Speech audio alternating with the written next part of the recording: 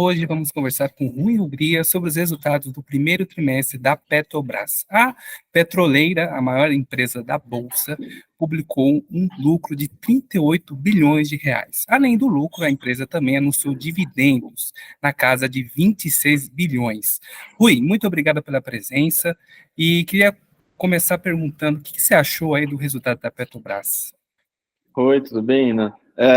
Eu gostei do resultado. A gente já sabia, na verdade, que tanto a receita quanto o EBITDA e o lucro, eles cairiam um pouco no trimestre, então foi algo natural e esperado, porque o próprio petróleo caiu, né? Então o petróleo caiu 8% na comparação aí com o último trimestre do ano passado.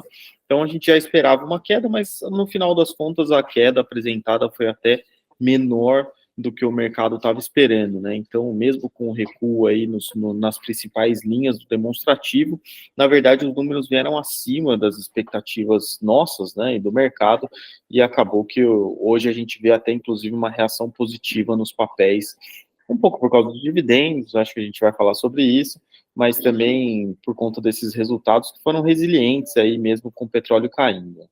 Sim, até lembrando, o Rui, a gente divulgou ontem o balanço aqui no Money Times, aliás, você confere lá no nosso site, o resultado da Petrobras, mesmo caindo, é o segundo maior da história para empresas do primeiro trimestre, né? Então, por mais que a Petrobras tenha caído o resultado, e a primeira é a Petrobras no trimestre de 2022, né? Então, isso é um levantamento do Trade Map, né, que realizou esse levantamento com as empresas do primeiro trimestre, e a Petrobras aí continua sendo destaque. Rui, e aí o que você achou dos dividendos?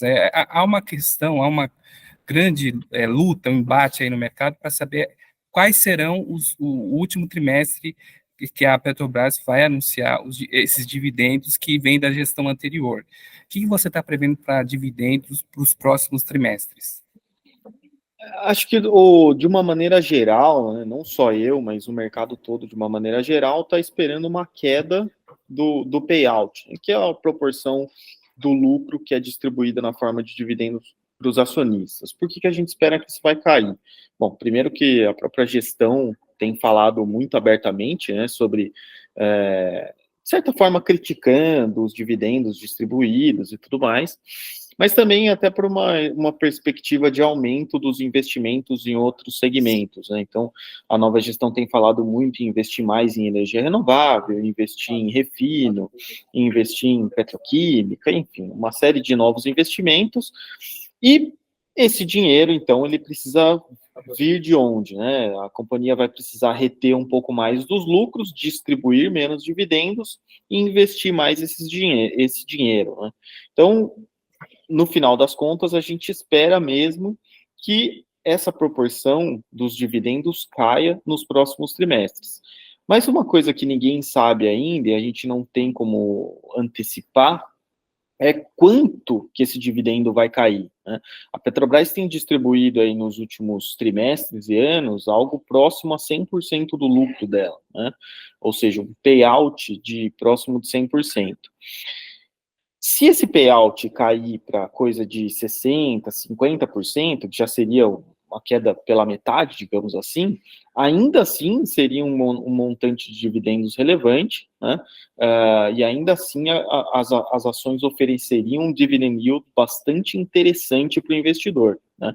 Só que a questão é, talvez caia ainda mais do que isso, e acho que hoje o mercado trabalha com um payout aí da ordem de 25%, 30%, né? Ou seja, uma queda bastante relevante porque a gente tem visto nos anos anteriores, mas não dá para cravar ainda, né? A gente precisa ver.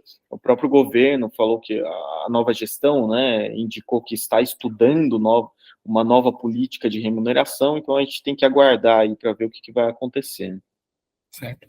E então, Rui, diante de todos esses apontamentos aí da sua fala, o que fazer com a ação da Petrobras agora?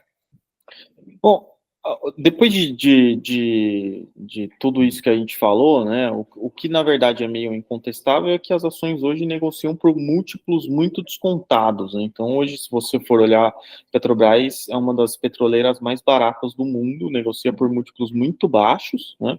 Mas isso tem um motivo, né? O motivo é a possibilidade de interferência política na companhia, que pode atrapalhar muito os resultados dos próximos anos. Nesse momento, né, dado tudo que a gente tem visto, apesar das várias críticas do governo, a gente não tem visto uma interferência muito grande, né?